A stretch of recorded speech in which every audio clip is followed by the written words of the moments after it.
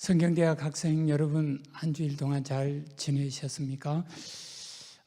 코로나의 마지막을 바라보면서 오늘도 제 6강 강의를 시작하겠습니다. 제가 기도드리겠습니다. 사랑의 하나님, 봄이 무르익어가는 계절, 코로나가 끝나는 계절에 평안한 마음으로 기쁨으로 강의를 시작하고자 합니다. 하나님, 오늘도 역사를 통해서 한국교회와 하나님의 은혜를 깨닫는 시간이 되기를 원합니다. 이 시간을 주관하여 주옵소서.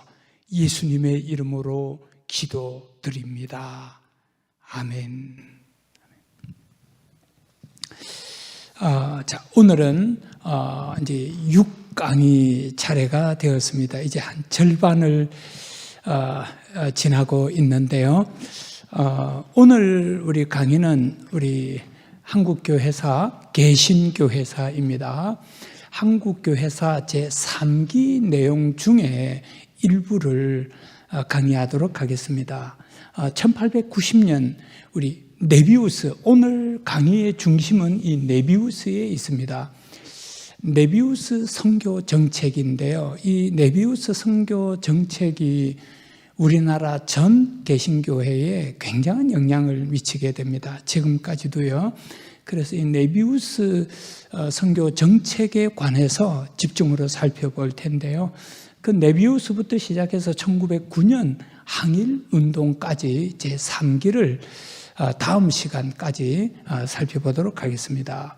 그리고 오늘은 우리 한국 초기 선교부의 선교 정책 가운데 첫 번째로는 이 교파형 교회 선교, 이걸 좀 살펴보고요. 두 번째로는 네비우스 선교 정책에 관해서 살펴보도록 하겠습니다. 자, 먼저 우리 교파형 교회 선교에서 첫 번째로는 미국 교회 선교를 살펴보겠습니다. 사실 우리나라 선교하면 한 70%, 80% 정도가 미국 교회로부터의 선교였다라고 말할 수 있겠습니다. 제 생각인데요. 자, 근데 그 미국 선교, 미국의 영향을 많이 받았는데 그 가운데서라도 미국 북장로교회, 북미 장로교회의 영향을 제일 먼저 받습니다. 자, 먼저 조선 주재 선교사, 이제 선교사로 파송해서 이쪽에 우리 조선에서 먹고 자고 지내면서 선교 사역을 했던 첫 번째 선교사가 알렌이었습니다. 제가 익히 말씀드렸습니다.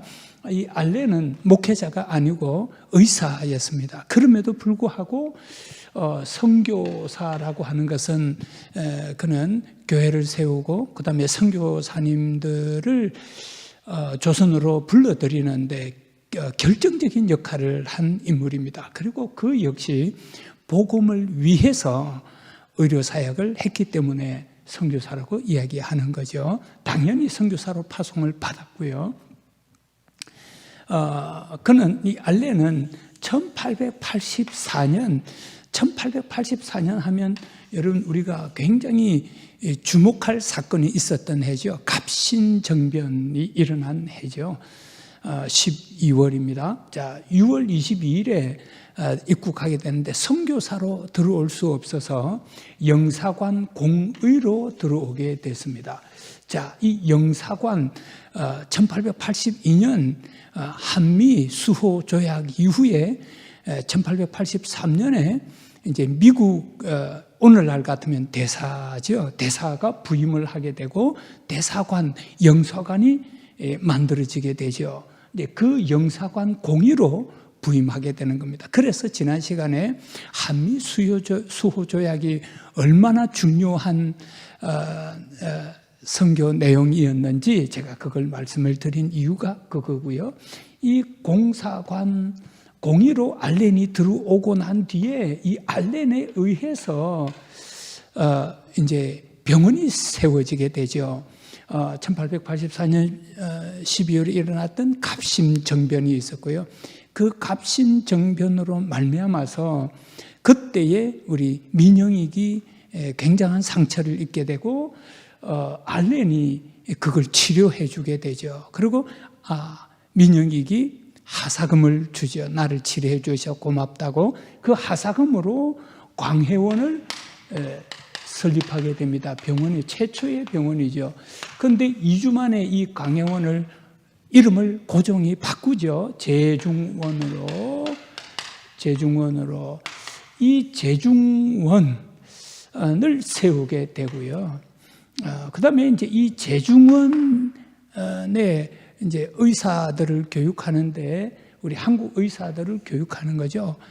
그 교육자로서 언더우드를 초청하게 됩니다. 그렇게 해서 이 언더우드는 목사고요. 분명한 복음 선교의 목적을 가지고 들어온 사람입니다. 그래서 1885년 4월 5일 언더우드가 복음 선교사로 이제 내한을 하게 됩니다. 그 이후에 이 북미 장로교회는 해방 전까지 무려 300여 명의 선교사를 파송하게 됩니다. 그렇게 해서 우리 한국, 지금 사실상 우리 한국 교회 교인들의 얼마나 될까요? 한 절반 정도 장로교가 차지하고 있지 않을까. 절반인데 제가 지금 정확하게는 모르겠는데 한 절반 정도 장로교가 차지한다 해도 과언은 아닐 겁니다. 우리 한국에 독특하게, 우리 미국도 그렇지 않고 어디도 그렇지 않습니다만 우리 한국의 장로교회가 굉장히 많은 이유 중에 하나가 이 북미 장로교회의 적극적인 선교 활동이었습니다. 그리고 오늘 조금 이따가 배우게 될 네비우스 선교 정책 때문이었고요. 이 네비우스 선교 정책은 원래 장로교 중심으로 일어났던 운동입니다. 선교 정책이었죠. 그렇게 해서 이제 우리나라에 영향력을 행사하게 되는데, 자, 미국 교회 선교에서 북미 장로교회 선교를 제가 이렇게 간단하게 살펴보았고요. 그 다음에 두 번째로 미국 남장로교회를 살펴보도록 하겠습니다. 자, 두 번째로 미국 교회 선교에서 첫 번째로는 북장로교회가 들어왔고요. 두 번째로는 남장로교회가 들어옵니다.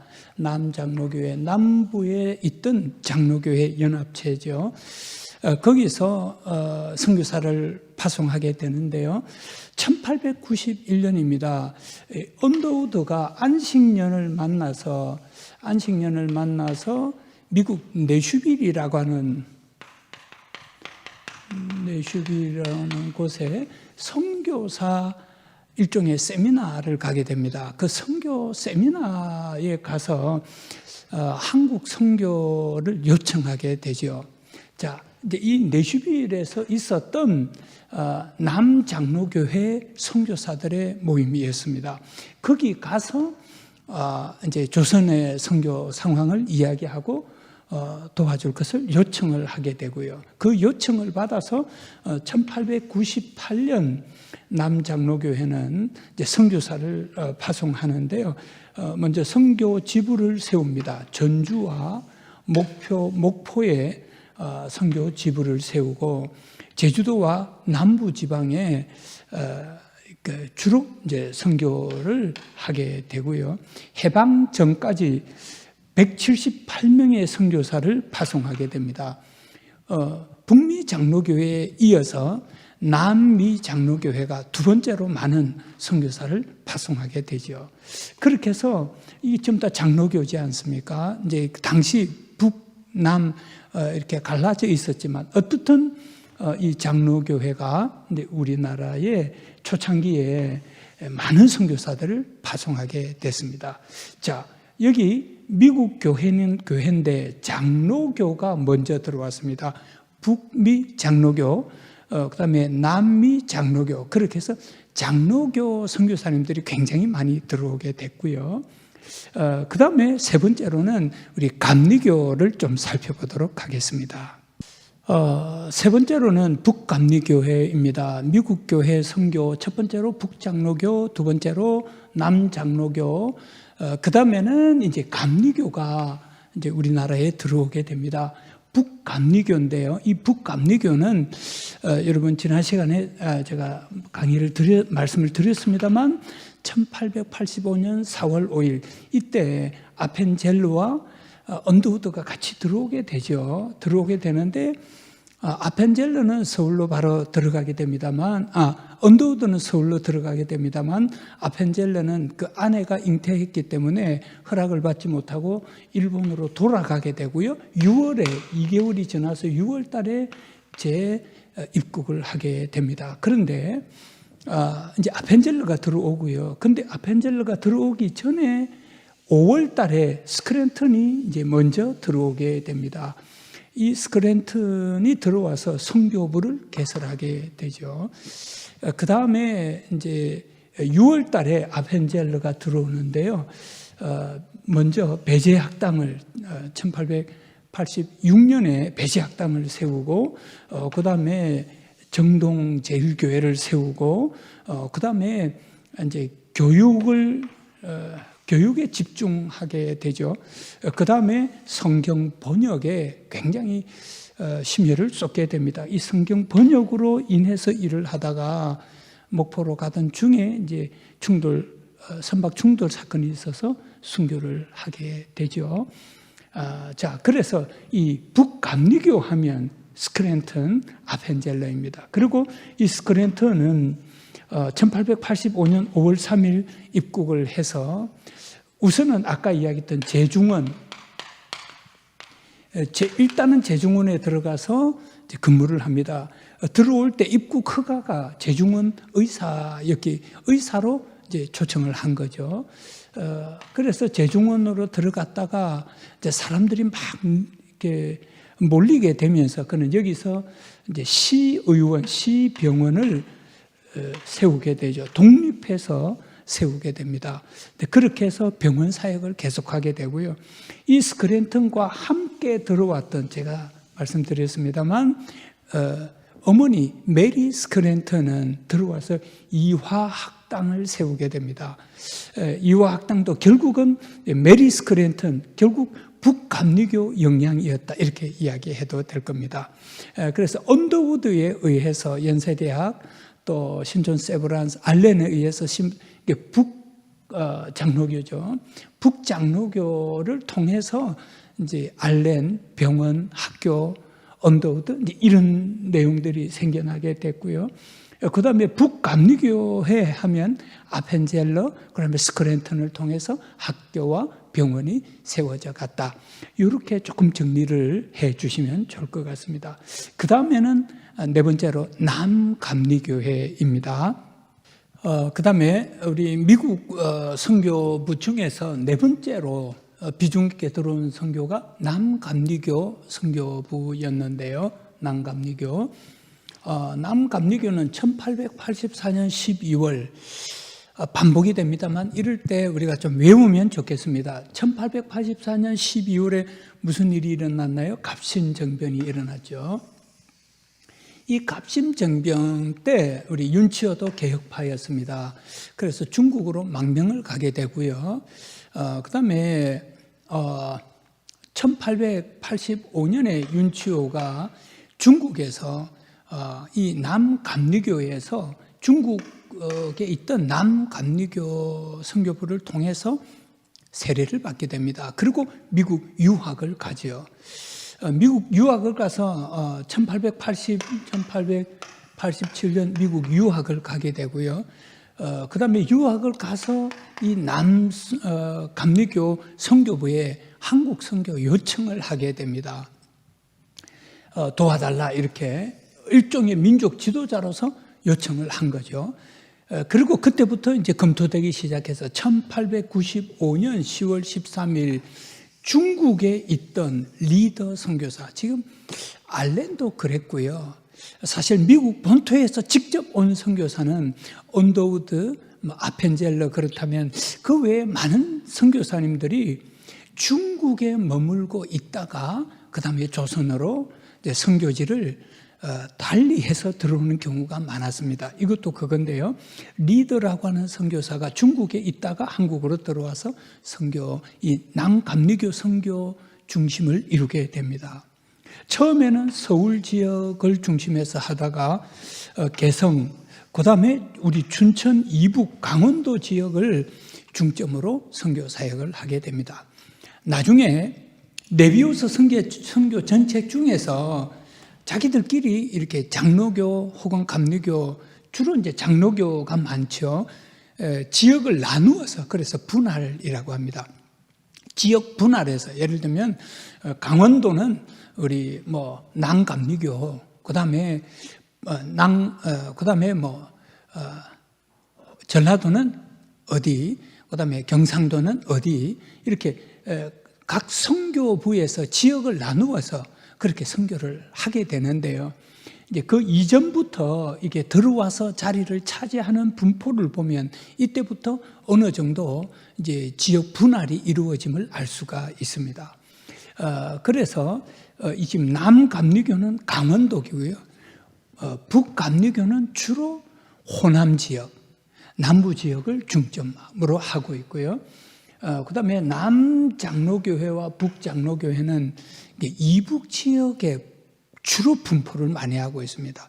특히 북장로교회에서 언더우드는 이북 지역, 서북 지역을 중점적으로 선교를 하게 됩니다. 그러면서 이제 어느 정도 선교 분할 지역이 어느 정도 정리가 되어가는 듯한 그런 모습을 우리가 볼 수 있습니다. 그 다음에는 5번째, 우리 또 다른 나라를 살펴보도록 하겠습니다. 자, 제가 첫 번째로는 우리 미국 교회의 어떤 선교, 교파형 선교 단체들을 살펴보았고요. 북장로교회, 남장로교회, 북감리교회, 남감리교회, 장로교와 감리교 중심으로 미국에서는 우리나라에 많은 선교사들을 파송했다. 교파형 선교사들을 파송했다. 살펴보았고요. 이제 두 번째로는 기타 다른 나라들의 선교 상황을 좀 살펴보겠는데, 첫 번째로는 호주고요. 그 다음에는 영국입니다.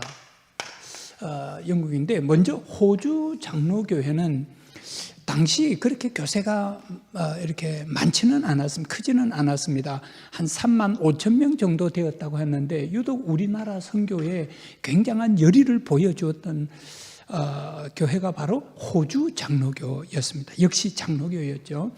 1889년 이 호주 장로교는 데이비스와 그 누나가 같이 이렇게 선교, 우리나라에 들어와서 선교를 감당하게 되는데요. 주로 경상도 지역을 선교했습니다. 근데 불행히도 이 데이비스 선교사가 굉장히 열정적으로 선교를 하다가 병에 걸려서 죽습니다. 1년 만에요. 죽고 난 뒤에 그 다음에 이 데이비스 선교사가 죽었다 하는 소식을 듣고 호주 장로교회에서 대거 선교사를 파송하게 됩니다. 해방 전까지 77명의 선교사를 파송하게 됩니다. 호주 장로교회도 굉장히 많이 우리 한국 교회에 영향력을 행사했던 그런 나라 교회였고요. 그 다음에는 영국 성공회입니다. 우리 영국 성공회는 굉장히 일찍 들어왔습니다. 1890년 9월 29일 코르프라고 하는 신부가 들어오게 되는데요. 그런데 이 당시에 이제 1890년 이제 영국 영사관이 우리나라에 설치가 되죠. 그 영사관 안에, 국교니까요. 영사관 안에 있는 사람들을 위해서 파견이 되어졌습니다. 어쨌든 이제 그렇게 파견이 되어졌고요. 그 다음에 1891년에 충무로에서 그 선교 본부를 세우고 그 다음에 성당을 세우게 됩니다. 굉장히 일찍 성당을 세우죠. 1891년입니다. 그런데 양적 성장은 그렇게 보지를 못하고 있습니다. 지금 우리 한국에 있는 영국 성공회가 아마 추정컨대 이제 교회가 그렇게 많지 않고 대도시 중심으로 있고요. 우리 춘천에도 성공회가 있습니다. 그런데 그 성도 수는 10,000명이 채 안 될 겁니다. 그 정도로 질적으로는 그렇게 큰 영향을 주지 못했지만, 그런데 성공회는 다른 면으로 우리나라에 영향력을 행사했던 독특한 교회입니다. 이 토착화 선교, 이 토착화 신학도 있고요. 이 토착화는 뭐냐면 복음을 그 문화를 헤집고 넣는 게 아니라 그 문화를 보호하면서 그 문화 속으로 들어가서 복음을 뿌리는 일종의 그런 문화 선교라고도 할 수 있습니다. 그래서 이 토착화 선교를 표방하고 진행을 하게 되죠. 그래서 이 토착화 선교를 위해서 백성들의 그 삶 속으로 들어가는 그런 선교를 한 겁니다. 그래서 병원을 세우고요. 그 다음에 고아원을 세우고 구제 사역을 굉장히 많이 했던 교회 중에 하나가 영국 성공회였습니다. 지금도 마찬가지고요. 그 다음에 이제 이게 이어져서 우리나라 이제 다음 이제 강의 한 8강 정도 가면 2강, 3강 더 진행되면 우리 한국 60년대 이제 그 상황을 살펴보게 될 텐데, 우리나라 산업화가 막 일어날 때 그때 시골에서 몰려온 많은 젊은이들이 공장에서 이렇게 착취를 당하면서 이렇게 일을 할 때였죠. 그때 이 성공회에서 도시산업선교회라고 하는 것을 세워서 그 어려운 일종의 노동운동을 제일 먼저 시작한 교회가 바로 성공회였다라고 보시면 될 겁니다. 그래서 어려운 노동자들을 힘껏 도왔던, 그래서 우리나라 기독교 역사에 굉장히 중요한 위치를 점하는 그런 교회가 바로 영국 성공회였습니다. 그리고 1914년 미가엘 신학교, 지금 성공회 신학교죠. 미가엘 신학원을 세우게 되고 거기서 이제 인재를 양성하게 되고요. 1915년 최초로 우리나라 신부 김희준 신부가 서품을 받게 됩니다. 이런 영국 성공회도 이 1905년 그쯤 1890년에서 1905년 즈음에 이게 들어온 선교 단체 중에, 선교 국가 중에 하나로 정하고 있습니다. 자, 그 다음은 또 다른 나라들을 조금 살펴보겠습니다. 그 다음에 우리 등장하는 나라가 이제 캐나다입니다. 캐나다 장로교가 등장을 하는데요. 근데 캐나다 장로교는 선교부에서 정식 선교사를 파송한 게 아니고 1893년 12월에 맥켄지라고 하는 선교사님이 단독으로 들어옵니다. 이 맥켄지는 나중에 우리가 양화전에 가면 좀 더 설명을 들을 수 있는데요. 꽤 유명한 선교사입니다. 이 맥켄지 선교사는 캐나다 토론토 사람이고요. 1893년에 단독으로 우리나라에 들어왔는데 1894년 들어와서 우리나라 황해도 솔레 지역에서 복음을 전합니다. 복음을 전하는데 열정적으로 복음을 전하죠. 그래서 꽤 많은 사람들을 전도하게 되고 그 다음에 이제 예배 처소를 마련하게 되는데요. 이제 집을 빌려서 예배를 드리는 거죠. 근데 이제 그 예배당으로 쓰는 그 집 위에 십자가를 세우기 시작합니다. 그래서 이제 이분이 여러 곳에 그런 처소를 마련하는데 그 처소마다 십자가를 달아서 오늘날 우리 한국 교회 예배당 꼭대기에 십자가를 달지 않습니까? 이제 물론 그 이전에 유럽에도 그런 십자가 전통이 있었습니다만 우리나라에 예배 처소에 십자가를 다는, 그래서 일반 주택과 구분을 지었던 사람이 바로 맥켄지입니다. 오늘 우리 한국교회에 십자가가 많지 않습니까? 그 십자가의 시조가 맥켄지라고 말하는 분들도 있습니다. 그런데 그분도 역시 한 2년 뒤에 1894년 과로하고 열사병에 걸려서 이제 순직을 하게 됩니다. 그 다음에 그가 죽자 이제 캐나다에 그의 소식이 전해지고요. 캐나다 선교부, 장로교 선교부에서 레이슨, 푸트, 그 다음에 맥레이라고 하는 선교사님들을 이어서 파송하기 시작합니다. 그 이후에 꽤 많은 선교사를 파송해서 캐나다 장로교회가 이 땅에 또 다른 어떤 한 축을 담당하게 됩니다. 그 다음에는요, 러시아인데요. 러시아 동방정교회가 들어오게 됩니다. 이 러시아는 당시 이제 우리나라 공사가 있었죠. 대사관이 있었죠. 대사관 격에, 대사관보다는 격이 낮지만 당시 공사관이 들어와 있었고요. 그 역시 러시아 동방정교회도 러시아의 국교입니다.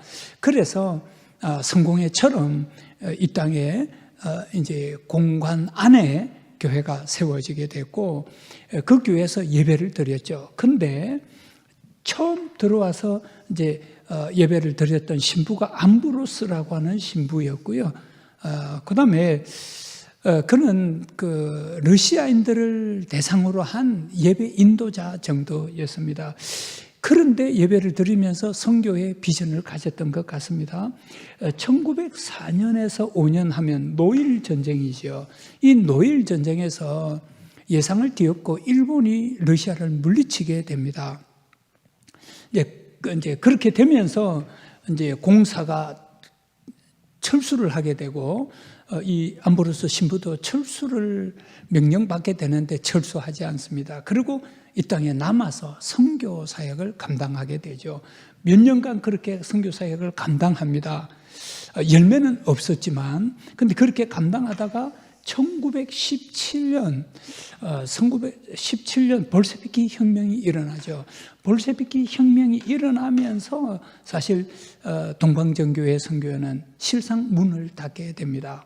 그리고 긴 시간 이제 암흑기에 들어갔다가 꽤 시간이 흐른 뒤에 그 다음에 러시아 정교회는 다시 우리나라에 문을 두드리게 됩니다. 이후에 그 역사를 살펴보도록 하겠습니다.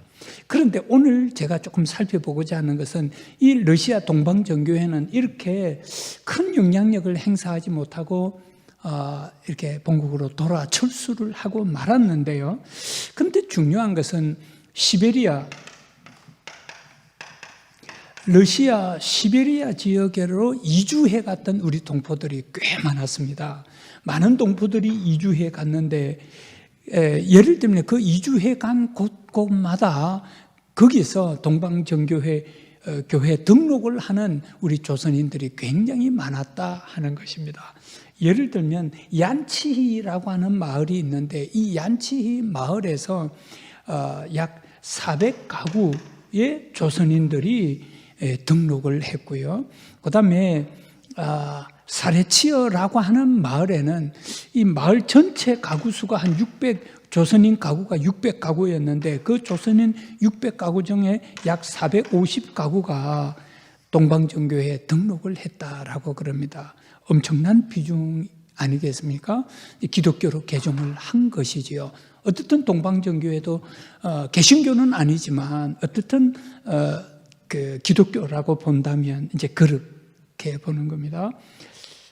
캐톨릭과는 또 다른 이제 그런 차원에서요.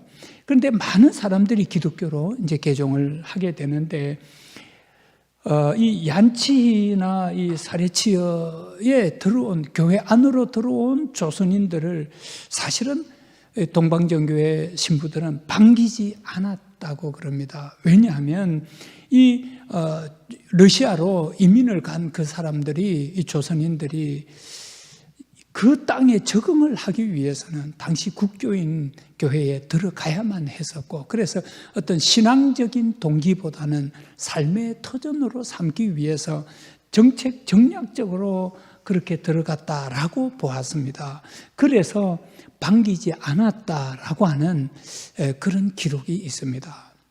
어찌됐건 그런 연유로 해서라도 기독교인이 되었고 그곳에서 신앙생활을 해가면서 처음 시작은 동기가 영적인 목적이 아니었다 할지라도 이후 진행되는 과정에서 은혜가 드러나지 않았을까. 이제 그런 차원에서 동방정교회 시베리아에서 일어났던 그 운동들을, 신앙 운동을 제가 잠시 언급을 해드렸습니다. 그 다음에는 또 기타 다른 나라들을 조금 더 살펴보도록 하겠습니다. 자, 그 다음요, 기타 교파형 교회들을 좀 살펴보겠습니다. 당시 우리 이제 이 당시 1890년대 그다음에 1910년 안쪽 이제 그 어간에 지금 이제 제 3기인데요. 한국교회사 3기 때 형성되었던 교회들을 지금 제가 말씀드리는데 주로 장로교, 감리교였습니다. 그 다음에 제가 지금 여기서 성결교회는 언급을 하지 않는데 성결교회는 다음 시간에 따로 독립해서 제가 좀 말씀드리려고 그럽니다. 자, 그런데 이제 그때 이제 그 세력은, 영향력은 미미했지만 어떻든 그 당시에 들어왔던 교파형 교회들이 있었습니다. 침례교였고요. 이 침례교는 미국에서 들어왔죠. 1889년 펜윅이라고 하는 선교사가 들어왔습니다. 단독으로 들어왔습니다. 황해도 솔레에서 터를 잡고 이제 한국인 복장을 하고 한국 사람들과 함께 먹고 자고 하면서 복음을 전했는데 거의 영향력이 없었다고 그럽니다. 열매가 없었다는 거죠. 그래서 침례교는 정책을 바꾸게 됩니다. 외국인 선교사가 직접 복음을 전하는 게 아니라 한국인으로 하여금 전하게 해야 한다라고 하는 어떤 그 깨달음을 갖게 되죠. 그 다음에 그는 조선인을 양육하는 일에 집중을 하게 됩니다. 근데 그것도 이제 크게 역사적으로 이렇게 영향력이 있게 드러나는 것은 아니었습니다. 초창기 침례교는 그랬다는 것이고요. 그 다음에는 구세군입니다. 1908년 비교적 일찍 들어왔죠. 1908년 호가드라고 하는 선교사가 들어오는데요. 이 구세군 하면 복장이 군인 복장이지 않습니까? 들어와서 이렇게 이제 복음 전도를 전투적으로 하게 되죠. 일본 사람들에 의해서 오해도 많이 받게 되고 어려움도 당하게 됩니다. 그러나 이 구세군은 처음 들어올 때부터 어떤 사회개혁, 그 다음에 사회운동 차원에서 복음을 전했습니다. 영향력은 미미했지만 어떻든 이제 구세군이 있었고요. 그 다음에는 일본 교회가 있었습니다. 일본 교회는 사실상 언급하기가 조금 쉽지 않은 그런 부분이 정치적으로 있고요. 해방 이후에는 완전히 사라지게 됩니다만 해방 이전에는 그래도 꽤 많은 이렇게 영향력을 행사했던 교회였습니다. 일본 교회는 1910년 하면 우리 한일 합방 혹은 한일 병합 이런 표현을 쓰죠. 일본이 노골적으로 우리나라를 집어삼킨 해인데요. 그 해 이후부터 이제 적극적인 활동을 하는데 일본 교회는 두 종류가 있었습니다. 하나는 한국 내 일본인들을 위한 교회였고요. 그 다음에는 한국인을 선교하기 위해서 세워졌던 교회였습니다.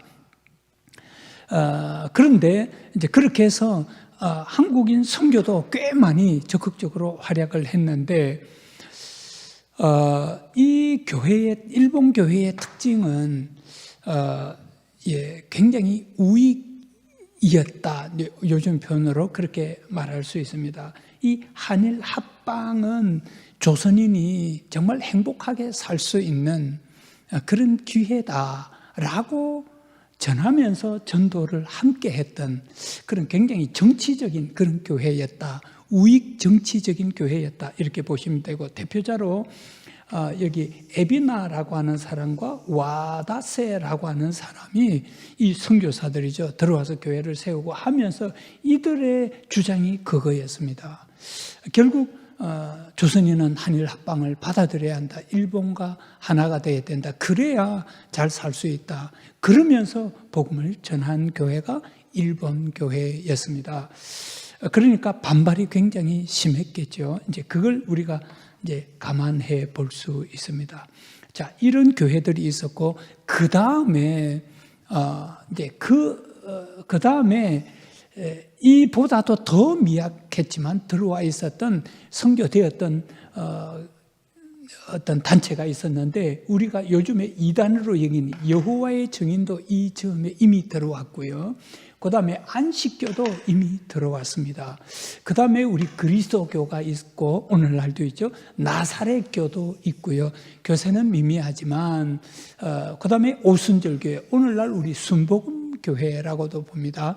오순절 계통의 교회도 이미 이 당시부터 미약하지만 들어와 있었다.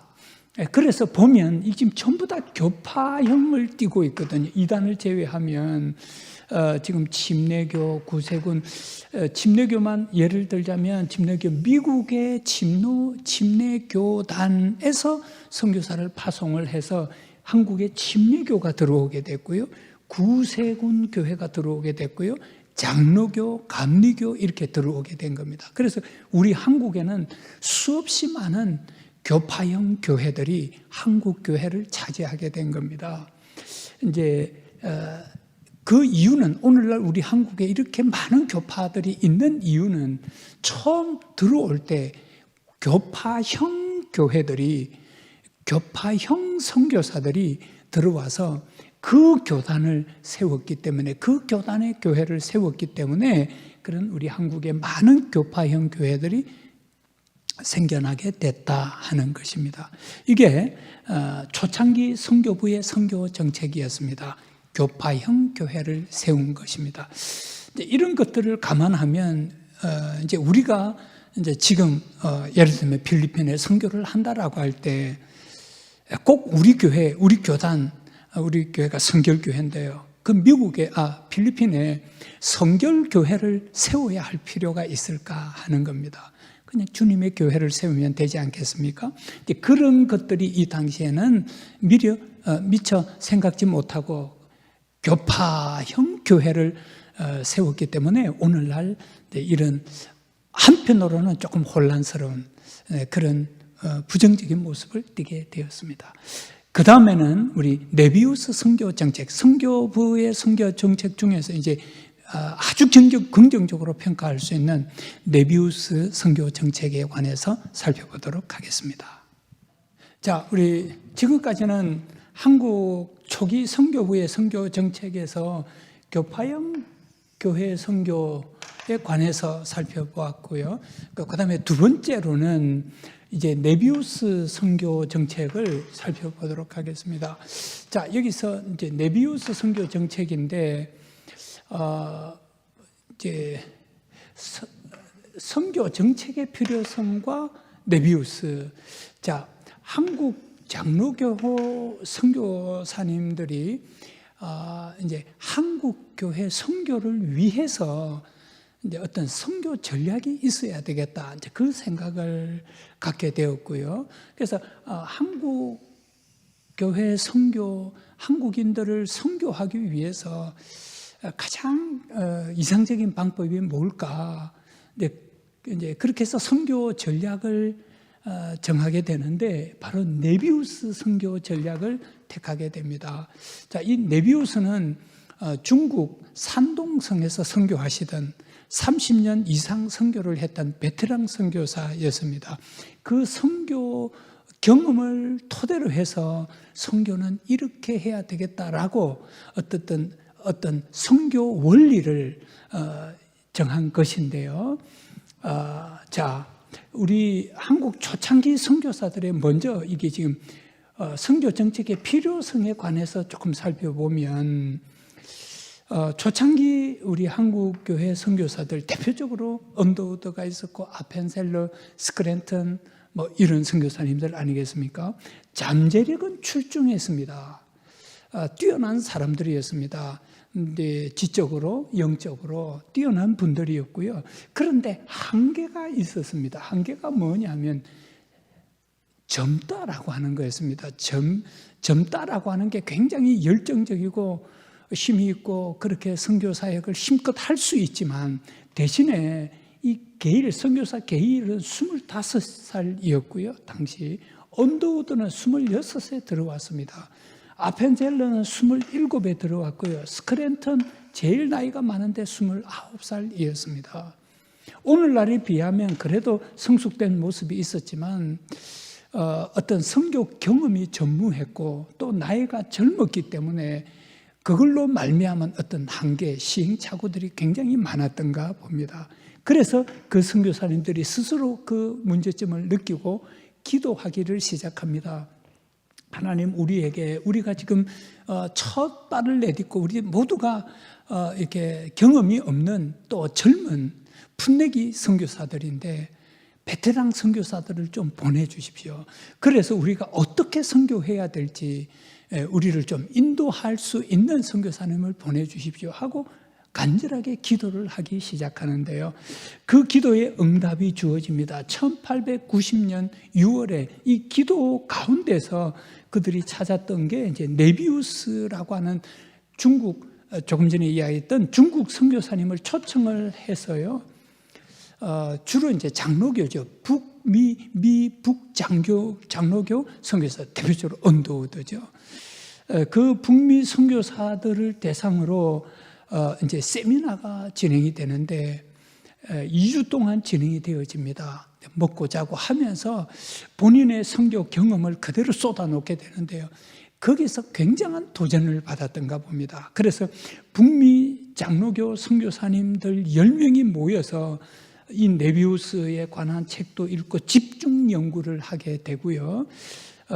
1890년 이 세미나가 끝나고 그들이 연구하고 난 뒤에 선교 정책으로 이 네비우스 선교 방식을 채택을 하게 됩니다. 그래서 그 내용은 이어서 제가 말씀을 드리겠고요. 그렇게 채택을 하면서 동시에 북미 장로교뿐만 아니라 그 당시 우리나라에 와 있던 다른 장로교 선교사님들에게도 영향을 미쳐서 이제 함께 하게 됩니다. 그리고 새 책을 세우는데요. 이제 이때부터 선교사님들이 장로교 선교사는 이 땅에 들어와서 조선에 들어와서 선교를 할 때 두 가지 반드시 필수 조항이 있는데 첫 번째로는 언어가 돼야 된다. 언어 시험에 합격해야 한다라고 하는 것이고요. 장로교 선교사는 이걸 통과하지 못하면 안 됩니다. 언어 시험이고 두 번째로는 네비우스 선교 정책을 습득을 해야 됩니다. 이때부터 그 정도로 네비우스 선교 방법을 중시 여기는 이제 그런 선교 정책으로 채택을 하게 된 것입니다. 그러면 이제 선교 정책의 필요성뿐만 아니라 네비우스를 제가 소개했는데요. 그 내용은 무엇인지 살펴보도록 하겠습니다. 자, 그러면은 이번에는 우리 네비우스 선교 정책 가운데 네비우스 선교 정책의 내용을 살펴보도록 하겠습니다.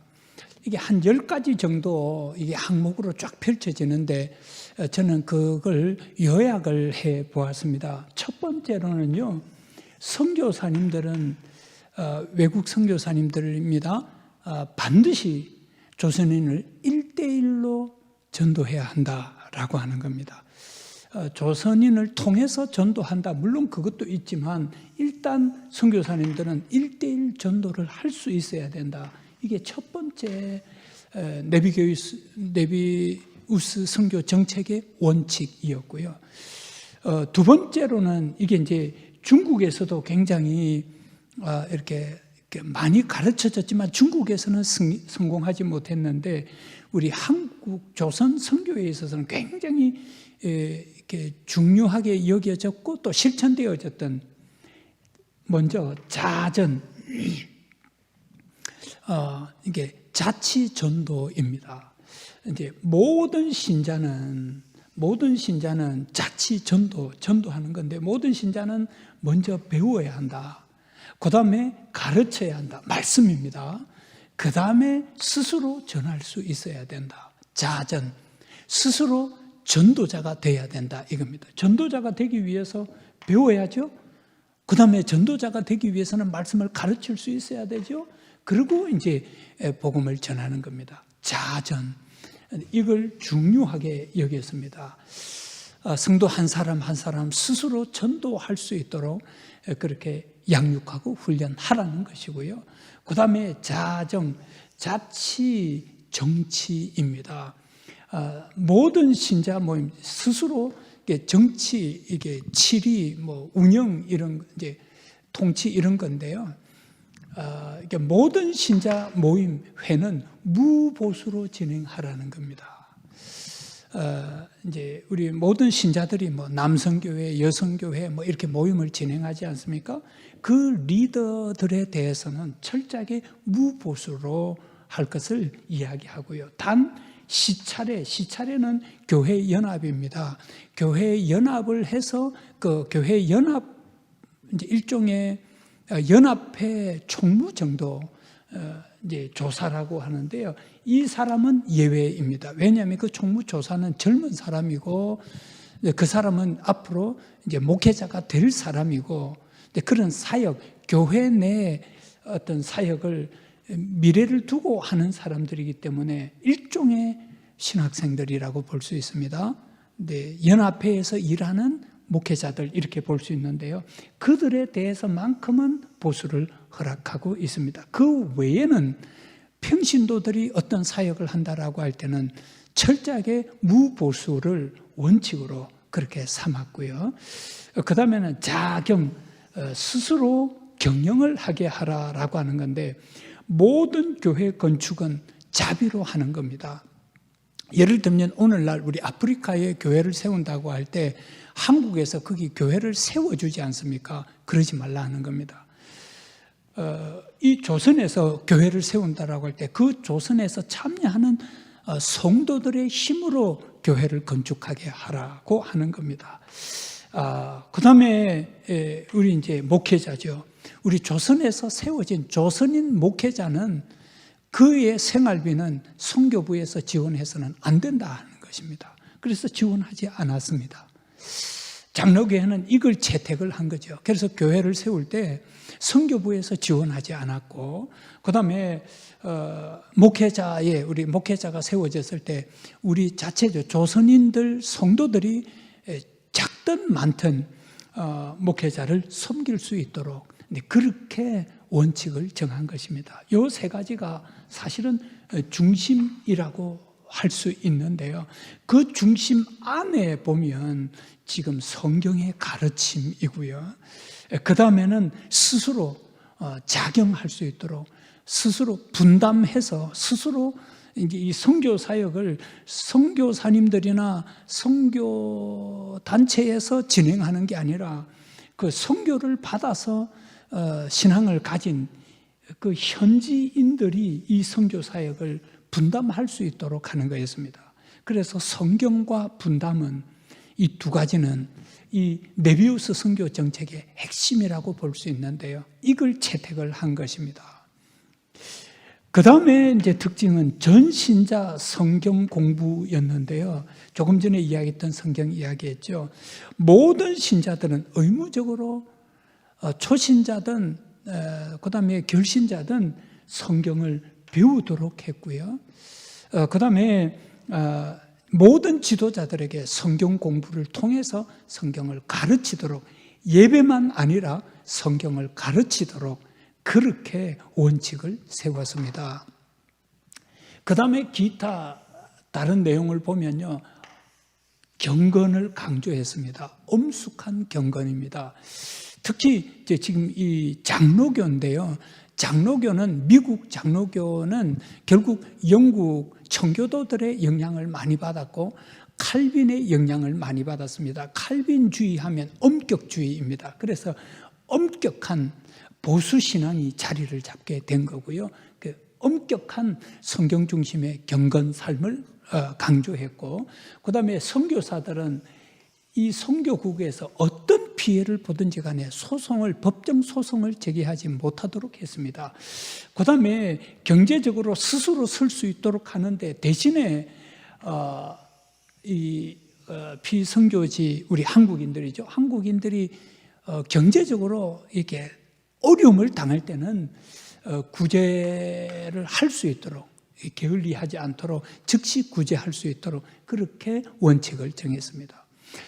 네비우스 선교 정책이 정리를 하면 이런 것들인데요. 조금 전에 제가 이야기했듯이 첫 번째로는 성경을 가르치라고 하는 거였고, 철저하게. 그 다음에 두 번째로는 스스로 설 수 있도록, 자립할 수 있도록 하라고 하는 게 분담하라고, 선교 분담하라고 하는 게 대원칙이었습니다. 자, 그 다음에 조금 더 세부적으로 들어가 보겠습니다. 자, 두 번째로 우리 네비우스 선교 전책, 제가 첫 번째로 그 내용을 살펴보았고요. 그 다음에 두 번째로 우리 선교 정책의 내용에 대해서 살펴봤고, 세 번째로는 네비우스 선교 정책과 사경회를 살펴보겠습니다. 자, 사경회인데요. 자, 이 사경회는 오늘날 우리 이제 부흥회라고 할 수 있습니다. 부흥회의 원조격인데요. 이 사경회라고 그랬습니다. 자, 먼저 시작은 언제부터 시작이 됐냐면 1888년 이제 언더우드가 이제 세문안 교회를 세우죠. 그다음에 세문안 교회에 이제 시간이 조금 흘러가면서 성도들이 늘어나기 시작해서 약 50명 정도의 성도가 출석을 하게 됐습니다. 근데 이제 그해 말에 언더우드가 이 50명을 좀 집중 훈련을 시켜야 되겠다. 그리고 이 50명을 통해서 더 많이 이제 이렇게 성장해 갈 수 있도록 이 50명을 토양으로 삼아야 되겠다. 이제 그렇게 모판으로 삼아야 되겠다. 이제 그런 생각을 하게 된 거죠. 그래서 집중 훈련을 하게 됩니다. 약 2개월에 거쳐서 이제 일종의 이제 사경회의 모체가 되는 그런 양육과 훈련, 집중 훈련을 진행하게 되는데요. 이게 일종의 사경회 모체가 됐습니다. 그러니까 사경회는 처음 성격은 소수를 집중 훈련하는 거다. 이렇게 이제 보시면 될 것 같고요.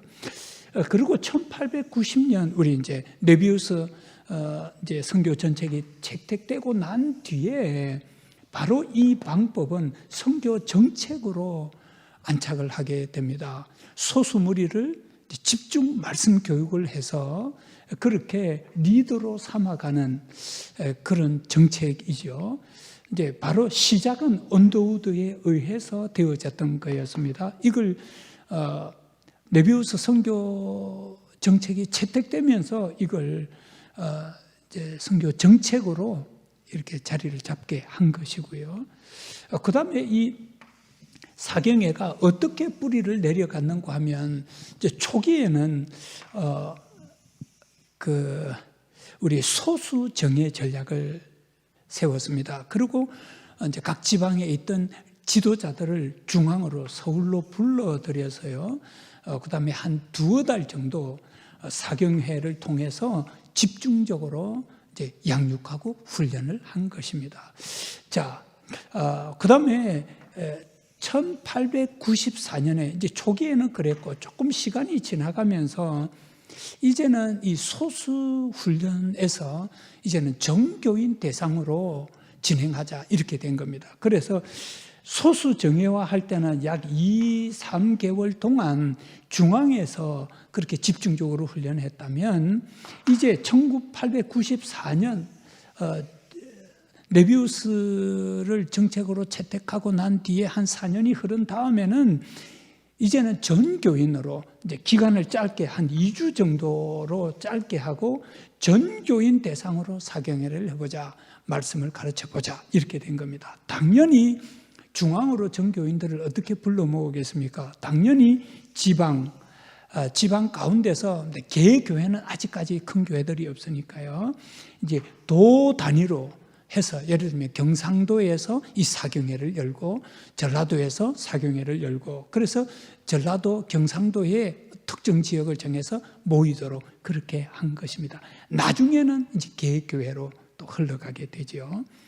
그 다음에 1901년부터는 이제 이 전체 모임, 이주 전교인 대상의 모임과 동시에 소수정예 지도자 훈련까지 이제 이렇게 분리를 해서 운영을 하게 됩니다. 그래서 사경에는 소수의 집중 교육과 전교인 대상의 그런 어떤 그 양육 훈련 이렇게 두 가지로 이제 나누어서 사경회가 진행되어지게 되었습니다. 그 사경의 내용을 조금 더 살펴보면요. 자, 이제 우리 네비우스 선교 정책과 사경회, 이제 이 네비우스 선교 정책 안에 이 사경회가 있는데요. 이 사경회가 어떻게 펼쳐졌는지 살펴보시면 일단 조금 그 내용으로 들어가서 프로그램을 보시면 어떻게 진행되어졌는가. 약 기간은 2주. 그 다음에 오전에는 주로 성경 공부를 했고요. 성경 공부를 했고, 이제 우리 부흥회 때 막 이렇게 강사님이 이야기를 하는데 철저하게 성경 강해를 했다고 전해집니다. 마태복음을 쫙 읽어가면서 마태복음의 내용을 풀어주는 거죠.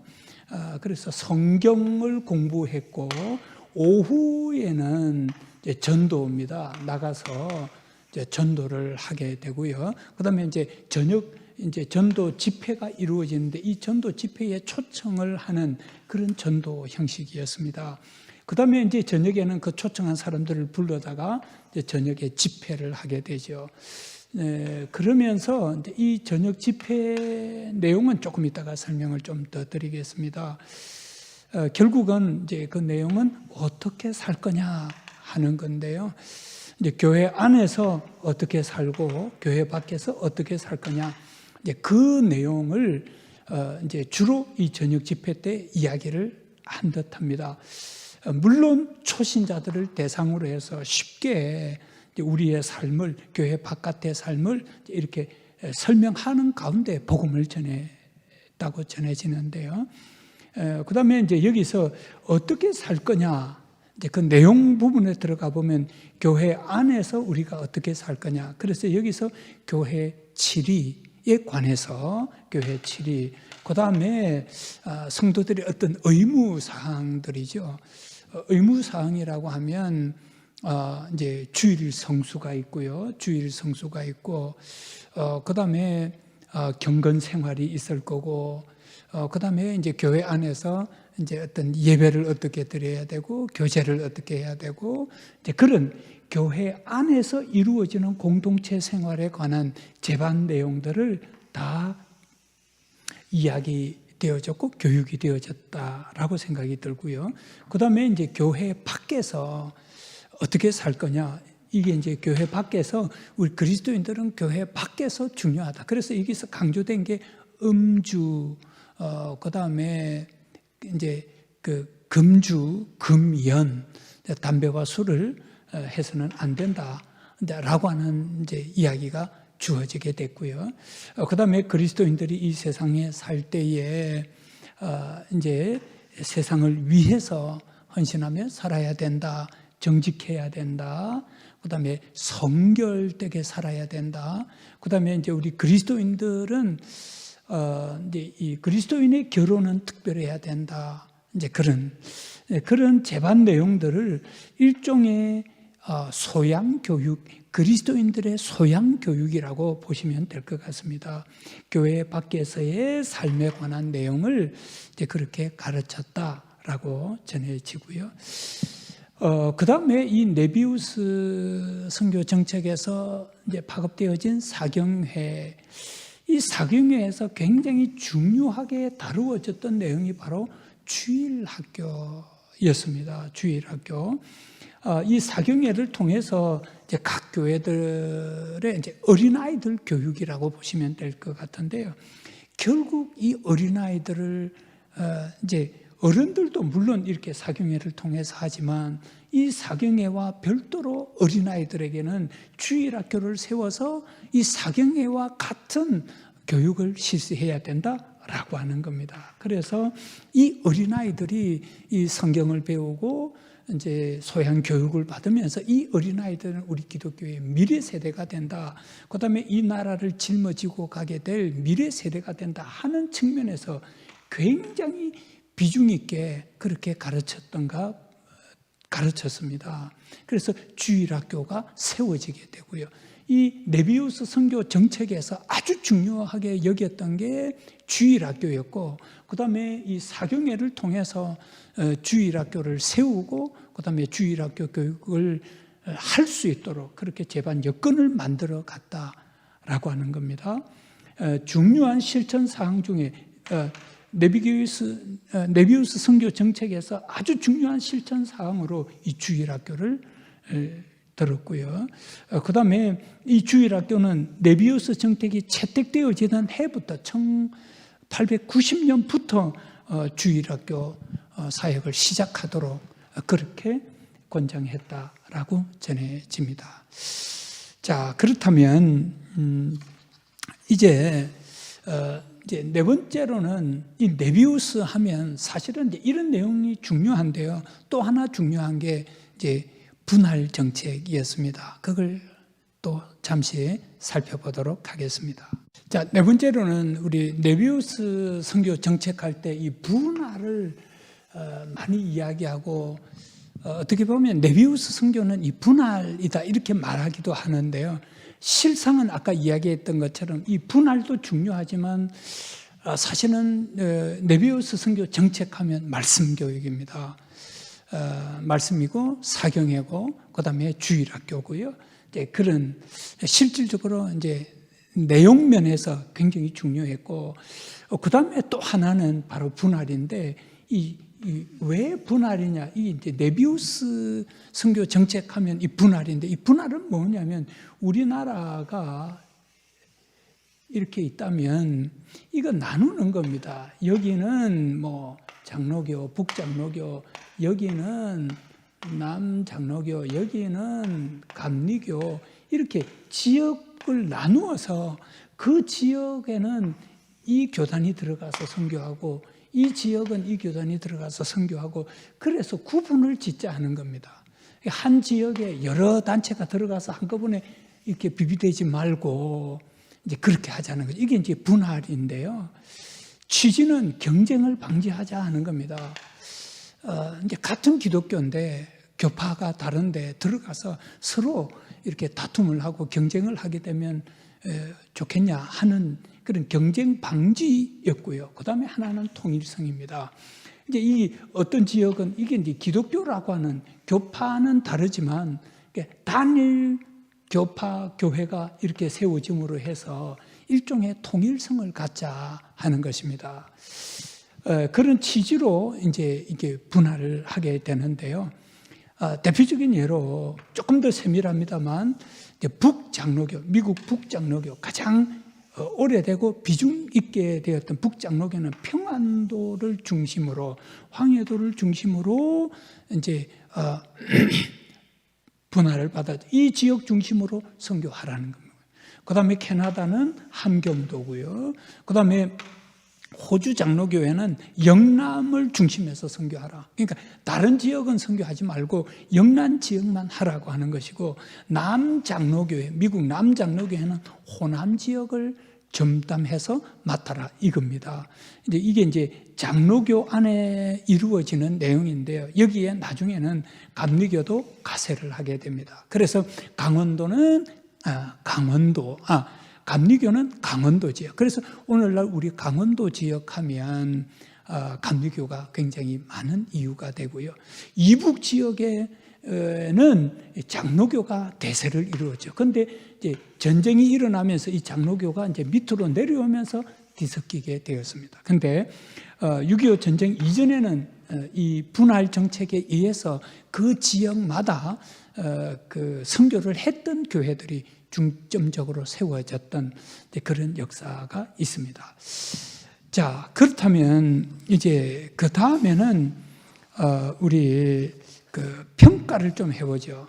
근데 이 네비우스 선교 정책 이후에 어떤 변화가 있었는가, 또 이 네비우스 선교 정책은 과연 어떠했는가 하는 평가를 내려보도록 하겠습니다. 자, 이제 우리 네비우스 선교 정책의 결과와 그 다음에 평가 이 두 가지를 잠시 살펴보겠습니다. 자, 첫 번째 이 네비우스 선교 정책으로 인해서 우리 장로교가 채택을 하게 됐고요.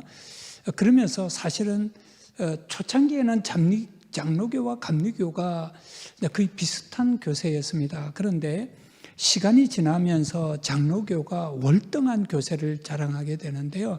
그 원인으로 많은 한국 교회사학자들이 이 네비우스 선교 정책의 결과다 이렇게 이야기를 합니다. 어쨌든 감리교도요. 나중에 이제 장로교에서 이 네비우스 선교 정책 일환으로 이렇게 사경회를 한다든지 혹은 주일학교를 운영한다든지 성경 공부를 한다라고 할 때 그 영향을 받습니다. 받아서 함께 가지만 그래도 일단은 장로교가 우선해서 성장해 가는 모습을 볼 수 있는데요. 첫 번째로는 양적 성장입니다. 이 양적 성장에 대해서 온 세계가 주목을 하게 되고요. 그 실질적으로 조금 살펴보면 교인이 1886년에 세례 교인이 9명이었습니다. 그런데 1900년에 이르러서는 7,500명이나 됐고요. 1930년에는 34,000명이라고 하는 기하급수적인 늘어남이 있습니다. 성장이 있는데요. 이 가운데 장로교가 중심에 서 있죠. 그 중심에 선교 정책이 있었다라고 전해집니다. 이제 이런 과정은 이제 그런 사경회를 통해서 성경 공부를 통해서 이렇게 파급 효과가 이제 이어나게 된 거고요. 교회를 숫자를 보면 1900년대 190개 정도 됐는데 1930년 약 30년 동안 2300개로 늘어났습니다. 10배 이상으로 교회가 늘어나게 되죠. 성도들은 20배 이상으로 늘어나게 됐고요. 이게 기하급수적인 성장을 이루었습니다. 그 다음에 이게 이제 양적 성장이라면 그 다음에는 이제 질적 성장인데요. 한 20년이 이제 선교사님들이 와서 선교를 하고 난 뒤에 한 20년이 지나면서부터 이제는 선교사 중심의 교회에서 한인 중심의 교회로 이제 서서히 바뀌어져 가게 됩니다. 이 속도가 다른 지역에 비해서 굉장히 빠른 속도로 한국화되어 갔다. 이제 복음이 이 한국에 뿌리를 내려갔다 하는 것을 볼 수 있게 되고요. 이 원인은 바로 네비우스 선교 정책에서 시도했던 말씀이었습니다. 그 다음에 신학이 발전을 하게 되고요.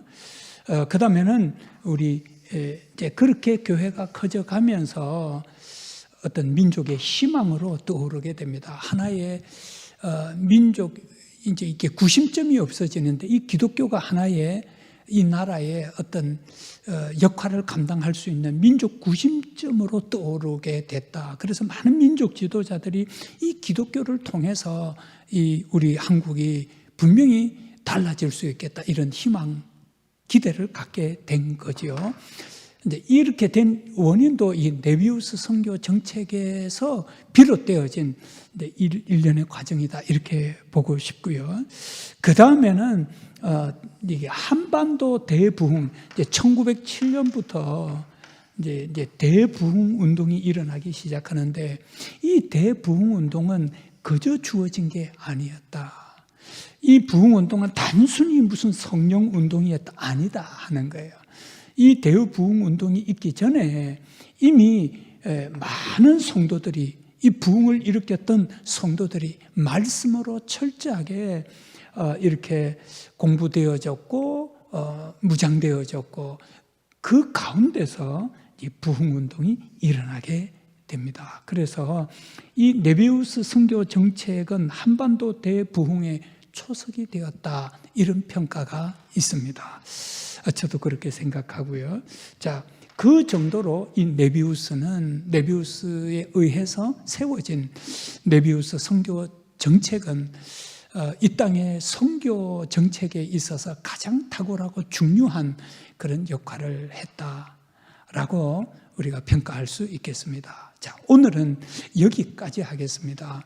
우리 한국 초기 선교부의 선교 정책, 그 가운데 선교 정책이 처음에는 외국에서 교파형 교회로 그렇게 이렇게 입양이 되어졌지만, 네비우스 선교 정책이 진행이 되면서 이제는 스스로 살아나는 그런 엄청난 역사를 일으키게 했다 하는 측면에서 이 선교 정책은 참 중요하다라고 하는 것이고요. 이제 우리 교회도 이제 사실 우리나라가 그 이후에 우리나라도 세계 이제 선교를 하게 되는데, 이 네비우스 선교 정책을 왜 따라하지 않았을까 하는 아쉬움을 갖고 있고요. 이제 우리 교회도 사실은 이제부터 세계 선교에 좀 박차를 가해야 되는데요. 그동안은 지역 선교에 힘을 썼다면 이제는 세계 선교의 문을 열어야 할 때, 코로나 상황이 이제 종료가 되어지면 본격적으로 해야 되는데, 우리 모든 우리 교회 지도자들은 바로 이 선교 정책, 네비우스 선교 정책을 다시 한 번 더 공부를 하고, 그리고 이 정책을 중심해서 또 이 시대에 맞는 선교 정책을 만들고 진행해야 되지 않을까 하는 생각을 갖게 됐습니다. 자, 우리 모두가 오늘 이 공부를 하면서 우리나라도 이제 또 우리 교회도 앞으로 어떻게 선교할 건가, 우리나라는 어떻게 선교를 받았고 어떻게 성장해 왔는가 할 때 이 네비우스 선교 정책은 중요했고 지금도 중요하다라고 하는 사실을 우리가 좀 알았으면 좋겠습니다. 오늘 이것으로 강의를 마치겠습니다. 제가 기도드리겠습니다. 사랑의 하나님, 오늘은 한국교회사 3기 중 초창기 한국 선교에 힘썼던 외국 선교부들의 선교 정책을 살펴보았습니다. 이 공부를 통해서 우리는 앞으로 어떻게 선교해 가야 하는지 길을 찾는 시간이 되기를 원합니다. 앞으로 있을 강의도 하나님 잘 진행될 수 있도록 주님 도와주옵소서. 예수님의 이름으로 간절히 기도드립니다. 아멘.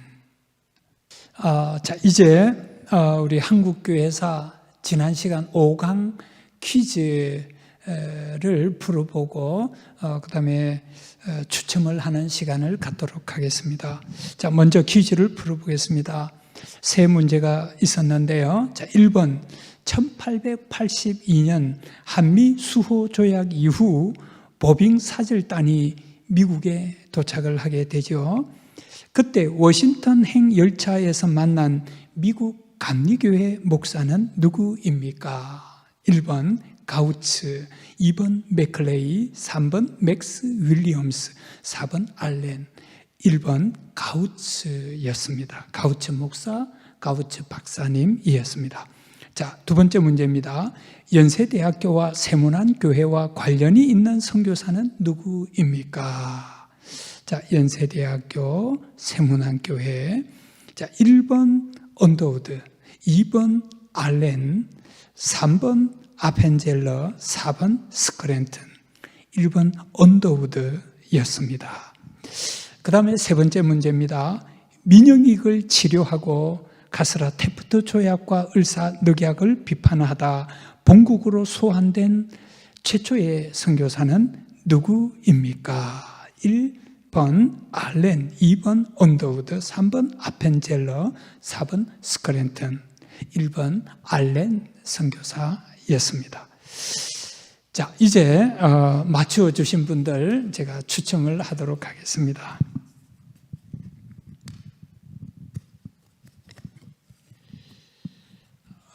예, 윤명선 권사님이 당첨되셨습니다. 축하드립니다. 그 다음에 우리 두 번째로 정미숙 권사님께서 당첨되셨습니다. 축하드립니다. 이것으로서 우리 6번째 강의 모든 순서를 마치도록 하겠습니다. 수고하셨습니다.